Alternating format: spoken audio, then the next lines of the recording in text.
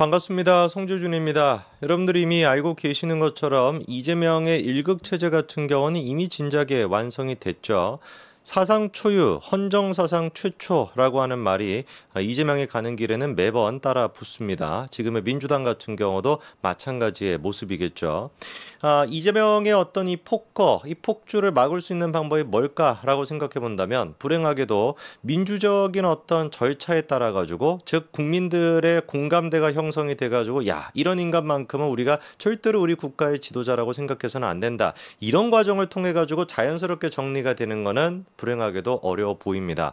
왜 그런지는 모르겠지만 40대, 50대 분들을 중심으로 해가지고 물론 제 지금 시청하시는 분들 중에도 40, 50대 분들이 많이 계시겠지만 희한하게 40, 50대 분들을 중심으로 해가지고 과거 대학교 때 뭐 운동권 시절이어서 그런지 뭔지는 모르겠지만 이상하게 이재명에 대한 그 향수를 느끼시는 것 같아요. 이재명에 대해 가지고 공감대도 굉장히 좀 깊고 그리고 또 반대로 보수우파에 대한 혐오감과 이런 것도 굉장히 좀 깊고 참 희한합니다. 이런 분들이 중심이 돼가지고 있다 보니까 사실상 이재명의 체제가 아까 말씀을 드린 국민적인 여론을 통해 가지고 정리가 되는 거는 쉽지 않아 보여요. 그럼 어떻게 해야 되냐? 이거 나라 떠나고 도다리 우리가 그 배 싸고 이제 뭐 딴 데로 가야 되냐? 그거는 아니죠, 그렇죠? 남아 있는 중요한 거는 이제 사법 절차라는 겁니다. 제가 지난번에 그런 말씀을 드린 적이 있어요. 역사를 우리가 쭉 보게 되면은 이재명의 지금 체제처럼 결코 무너져 내릴 것 같지 않았던 절대 왕권을 누리고 있던 시절, 그 시절도 어떻게 됩니까? 우연찮은 한 가지 사건. 전혀 생각하지도 못했던 한 가지의 사건을 통해 가지고 갑작스럽게 빠르고 급속하게 멸망하는 케이스가 얼마나 많습니까? 사실 인간의 역사라고 하는 게 대부분이 다 그랬었거든요. 권력의 역사라고 하는 것 자체가. 제가 봤을 때 이재명의 운명도 그렇게 끝날 가능성이 분명히 있다.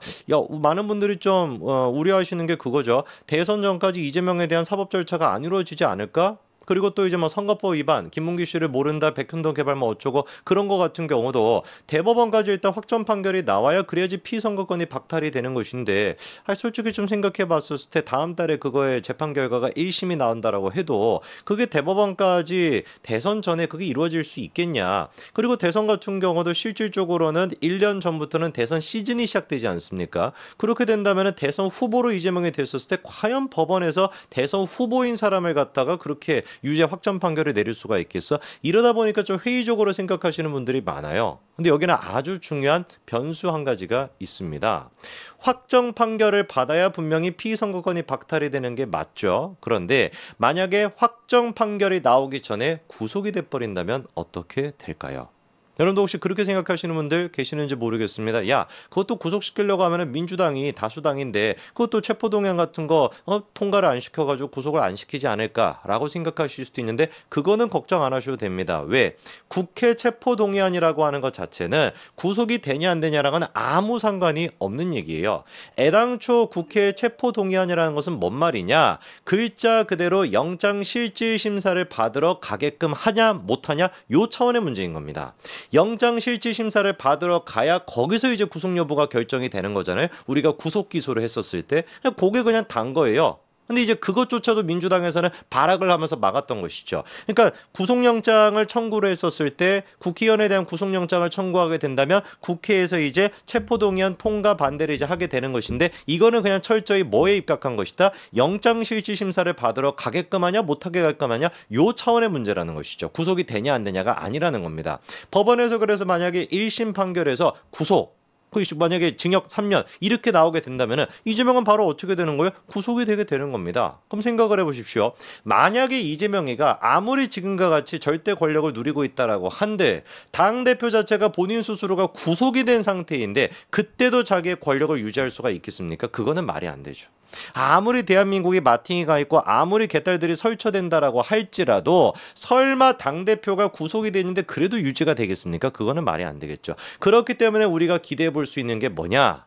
여러 가지 지금 뭐 재판들이 있지만 가장 우리가 눈여겨봐야 되는 재판이 바로 뭐인 거예요? 대북 송금 문제인 겁니다. 이화영과 김성태랑 이재명 3인방이 연관이 되어 있는 대북 송금 문제. 이 문제에 대해 가지고 1심 재판 결과가 구속이 나온다면 이재명 체제는 예상치 못하게 하루아침에 무너질 수도 있다라는 것이죠.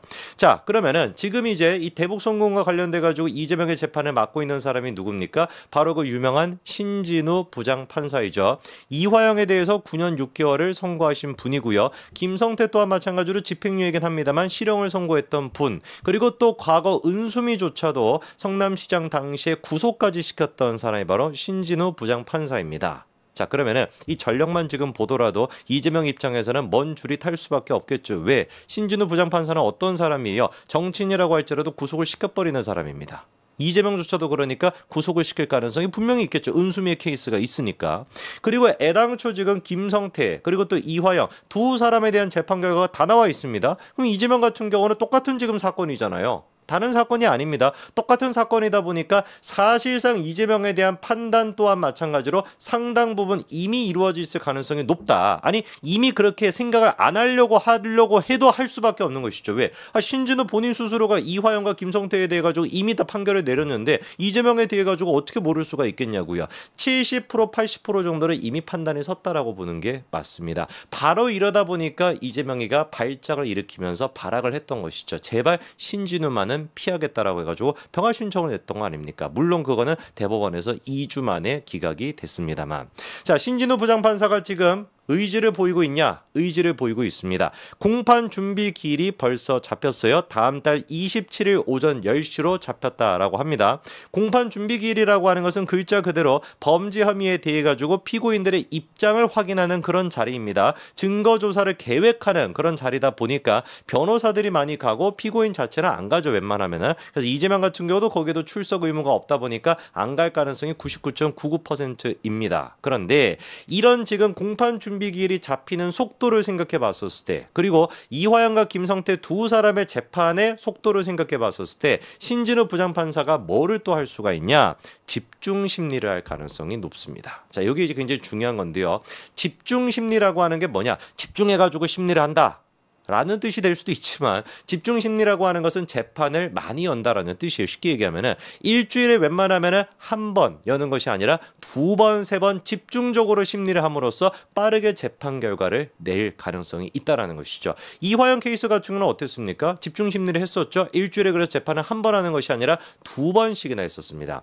김성태 같은 경우는 더 빠르게 재판이 이루어졌었습니다. 5월 달 같은 경우는 일주일에 두 번에서 세 번까지 재판을 할 정도로 굉장히 집중, 그리고 또 굉장히 또 심도 깊게 신진우 부장판사가 재판을 진행을 했죠. 그러다 보니까 이화영에 대한 재판 결과가 나온 직후에 바로 김성태 또한 재판 결과가 나왔던 것이고, 이재명 또한 마찬가지로 뭐 할 가능성이 있다? 이렇게 집중 심리할 가능성이 높다라는 것이죠. 왜? 아니 이화영도 집중 심리를 했고 김성태도 집중 심리했는데 이재명이라고 안 할 이유가 뭐가 있겠습니까? 그러면 또 형평성의 문제가 생기는 것이고, 그런 부분을 사실 제일 신경 쓰는 사람이 누구예요? 신진우 부장판사의 스타일이거든요. 바로 그런 부분들을 신경을 쓰는 게. 아까 말씀을 드린 것처럼 신진우 부장판사 같은 경우는 은수미를 구속했던 전력이 있습니다. 정치인이라고 할지라도 봐주지 않는다라는 거예요. 원래 이제 그 은연중에 판사들 같은 경우는 정치인이면 좀 봐주는 그런 문화가 있죠. 조국 같은 경우도 그렇게 봐주다 보니까 국회의원 배지까지 달 수 있었던 거 아니겠습니까? 2심에서도 똑같이 유죄가 나왔음에도 불구하고. 근데 신진우 부장판사는 다르다라는 것이죠.